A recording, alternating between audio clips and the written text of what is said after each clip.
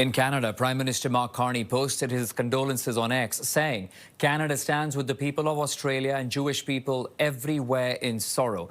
Conservative leader Pierre Poilievre says this attack is the result of fueling hate, saying the time for thoughts and prayers is over and we must stand united and confront these vile attacks.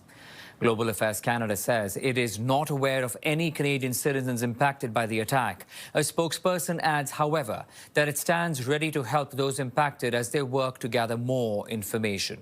The statement also says, quote, Canada is horrified by the terror attack today on Bondi Beach in Australia. Our thoughts are with all those affected by this tragedy, as well as with friends and family of the victims. And CP24 Steve Ryan joins us now from Toronto with the latest, with more on the local reaction. Hi, Steve. So what are we hearing from Toronto police about how they are responding in the wake of this incident in Australia? Well, I just interviewed the Toronto Police Chief, Myron Demke, who said that there will be a deployment of increased uniform and covert officers in and around Jewish institutions. He said that this was being done as more of a preventative posture to discourage anybody who may take this opportunity to cause harm to anyone here in the Toronto area. So there will be an increased police presence as members of the Jewish community begin celebrating Hanukkah. And he did leave my interview with a message saying that if you see something, say something, because the police will be out and prepared to act when necessary. Here is part of that interview I had with the chief just a short time ago. Let's have a listen.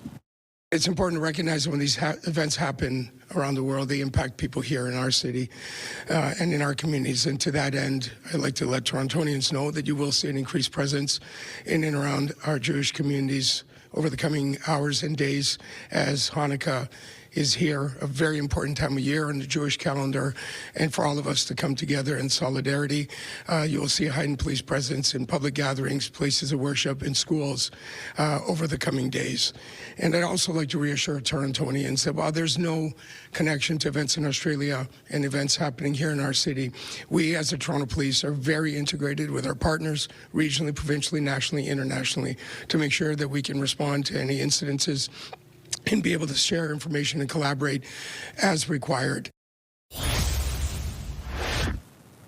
Yeah, what the chief said there was very important. They are always sharing information both nationally and internationally. And again, the chief was very clear to say that this proactive measure that's being taken by the Toronto Police is done to prevent future occurrences from happening. And there is no credible threat that anything is going to happen, but this is being done as a preventative measure. Right, Steve, anything else that stood out for you in that interview with the chief, generally speaking, about rise in anti-Semitism? Did he have anything else to say?